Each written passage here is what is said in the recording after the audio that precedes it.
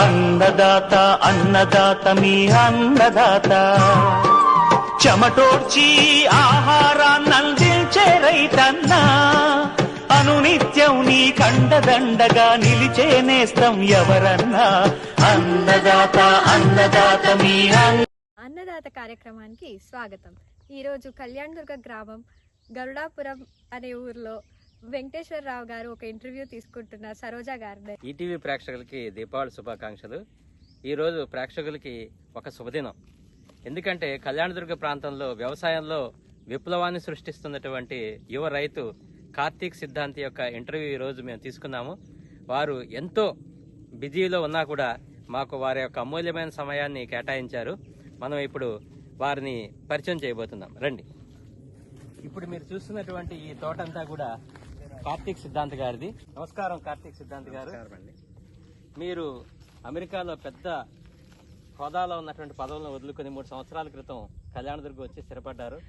దానికి కారణం ఏంటంటారు? వ్యవసాయం అంటే చాలా ఇంట్రెస్ట్ ఉంది.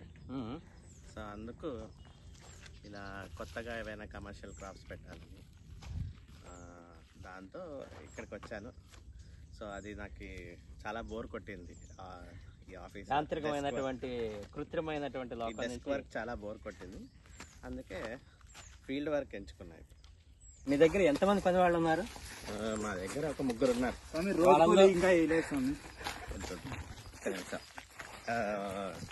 ఏంటండి ఆయన డబ్బులు ఇవ్వలేదు అంటున్నారు, అంటే వాళ్ళని మీరు వాళ్ళకి డబ్బులు ఏమన్నా వెచ్చాకడం ఏం లేదు.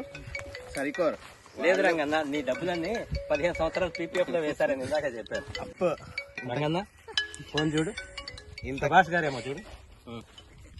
గవర్నమెంట్ అనేది మీ ముందుందండి, మీరే పెట్టారా? మేము కనిపెట్టలేదు, ఉంది. మేము వాడుతున్నాం 3 years నుంచి. అవునా? సో గవర్నమెంట్ సబ్సిడీ ఇచ్చింది, 90% సబ్సిడీ ఇస్తుంది కాబట్టి సో అందరికీ ఉపయోగపడుతుంది. ఇప్పుడు దేశం అంతా సుభాష్ పాలేకర్ అని అంటున్నారు కదా, ఆయన